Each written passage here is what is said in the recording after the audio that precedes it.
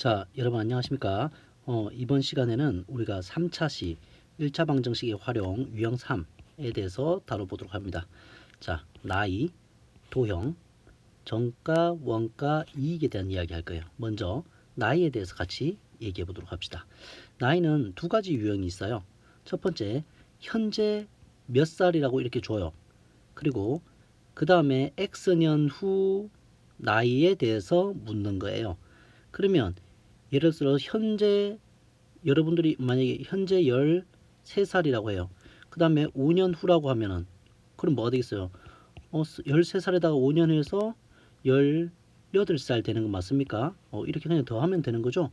그러니까 그대로 현재 나이를 A라고 하고 X년 몇 년 후냐 이렇게 물어보면 그것을 X라고 하면 X년 후의 나이는 A 플러스 X 이런 형태로 우리가 식을 세우면 된다라는 거예요.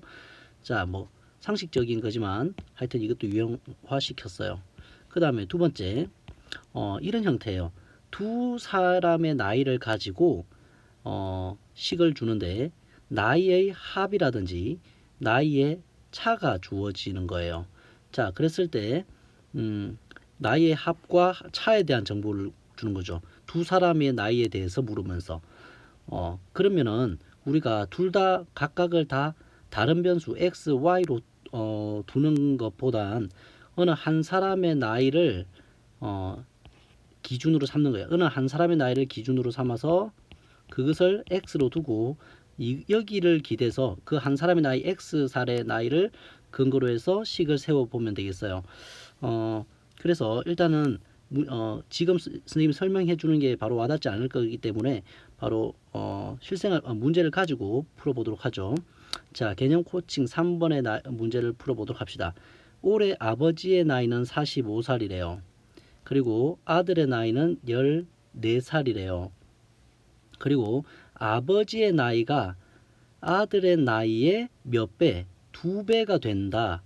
2배가 되는 것은 몇 년 후인지 이렇게 묻고 있는 거죠. 그러면 몇 년인지 모르니까 얘를 X년 후라고 생각을 한다면 현재 아버지의 나이가 45살이니까 자, 현재 아버지의 나이. 자, 여기 할까요? 현재 아버지를 뭐라고 할까요? father니까 F라고 아버지, 아들은 son이니까 S라고 하죠. 현재 아버지의 나이가 45살이고 아들의 나이가 14살이라고 했어요. 근데 현재 근데 몇 년 후? X년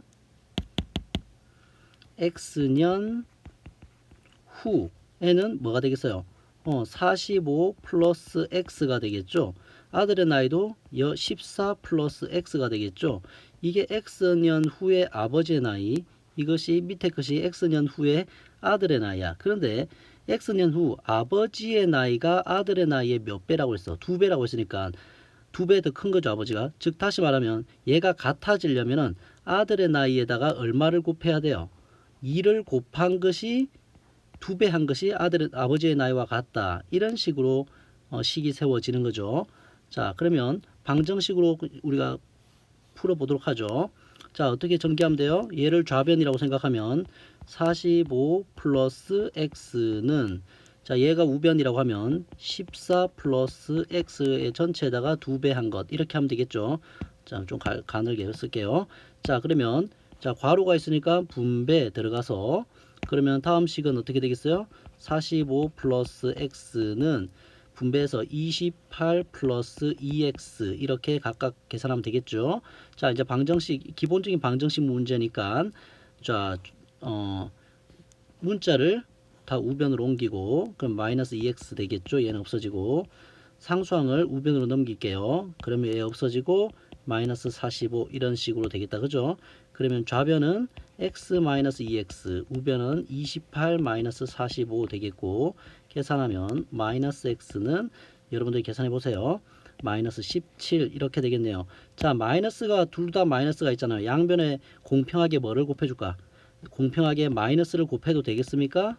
마이너스를 곱해도 되겠죠. 그러면 마이너스 마이너스에서 부호가 다 없어지니까 공평하게 마이너스는 없어집니다. 그죠? 그래서 이렇게 해서 x는 17이 돼요. 17년 후가 되는 것을 여러분들이 알 수가 있네요. 자, 어떤 유형의 문제였어요? 바로 이 유형에 대해서 설명한 부분이었어. 맞죠? 자, 그 다음 두 번째 유형. 합이나 차에 대해서 주어지는 경우 한 사람의 나이를 x살로 두고 문제를 풀자라고 한 것은 선생님 보니까 3-1번 문제가 그 대표적인 예인 것 같아요. 자, 그래서 이 문제를 선생님하고 같이 다뤄보도록 하죠. 올해 아버지의 나이는 42살이고 10년 후 아버지의 나이는 아들의 나이의 2배가 된다고 할 때 10년 후, 자, 올해 아들의 나이를 구하여라. 올해 아들의 나이를 뭐라고 두면 돼?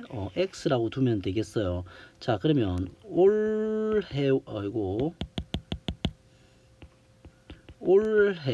그리고 몇 년 후?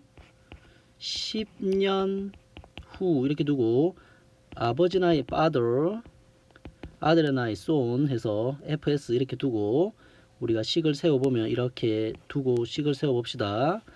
자, 이렇게 표로 해서 자, 그러면 올해 아버지의 나이는 42살이고 10년 후에는 그러면 42 플러스 10 하니까 52살이 되겠네요. 그죠?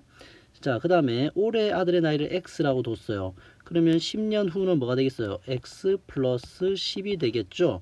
근데 10년 후 아버지 나이는 아들의 나이의 2배라고 했으니까 아버지 나이는 아들의 나이에다가 얼마를 곱한 거? 2를 곱해야만이 같아진다라는 거죠. 그럼 식을 쓰면 이 위에 있는 식을 좌변, 우변으로 하죠. 자, 밑에 식을 먼저 쓸게요. 밑에 식을 좌변이라고 두면 x 플러스 10에다가 얼마를 곱한 거? 2를 곱한 것이 자, 위에 있는 식 52와 같다. 이런 식이 되겠죠. 자, 괄호가 있으니까 괄호를 벗겨주면 자, 그러면 다음 식은 어떻게 됩니까? 2x 플러스 20은 52. 자, 이렇게 되고 그 다음에 1차 좌변에 1차항 우변에 상수항 넘겨주면 이렇게 넘겨주면 그러면 좌변은 2x 우변은 52 마이너스 20이니까 32. 자, 이제 뭐 남겨줘? 개수 넘겨줘. 곱하기 2분의 1 역수로 넘어간다. 그러면 x는 얼마? 16 이렇게 계산을 할 수 있겠죠. 자, 그러면 x 값을 구했어요. 그래서 결국에는 원하는 게 뭐예요? 자, 올해 아들의 나이를 물어봤으니까 올해 아들의 나이 x를 물어본 거네요. 그죠? 올해 아들의 나이 10년 후가 아니고 올해 아들의 나이를 물어봤으니까 16살이었겠네요. 이렇게 문제 상황에 맞게 여러분들이 풀어주면 되겠어요. 자, 이어서 토형에 대한 이야기를 해보도록 하죠. 토형은 여러분들 좀 쉽게 초등학교 때 그 공부가 잘 돼 있으면 좀 쉬울 거예요. 일단 삼각형의 넓이에 대해서 본다면 넓이의 공식을 알아야 되겠죠. 자, 이런 뭐 삼각형이 있다고 쳐요.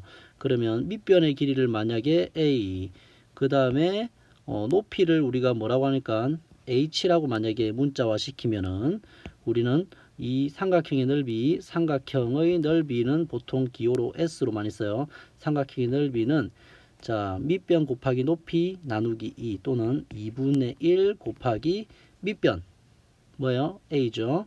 높이 h. 이런 공식에 의해서 문제를 풀면 되죠.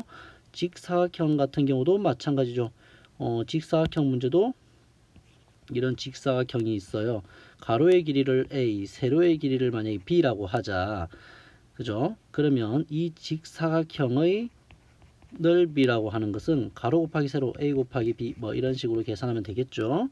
자, 사다리꼴의 넓이는 저 여기 가져와서 할까요? 사다리꼴은 뭐 이런 형태가 바로 사다리꼴 맞습니까? 요렇게 생긴 형태. 좀 약간 찌그러지게 그려놓죠. 그러면 밑변의 길이를 a, 윗변의 길이를 b, 그 다음에 이 높이를 h 이렇게 쓴다면 이 사다리꼴의 넓이라고 하는 것은 자, 아랫변 a죠. 밑변, 그 다음 윗변, 아랫변 윗변 a 더하기 b, 아랫변과 윗변을 더하고 그 결과에다가 얼마를 높이를 곱한 다음에 그 결과를 얼마? 2분의 1로 곱해주면 되겠죠. 아랫변 더하기 윗변 곱하기 높이 나누기 2 뭐 이런 식으로 여러분들이 외우고 있는지 모르겠어요. 공식은 뭐 해야 되거든? 도형의 넓이 공식은 꼭 기억해야 문제를 풀 수 있겠죠. 한 문제만 풀고 가보도록 하죠.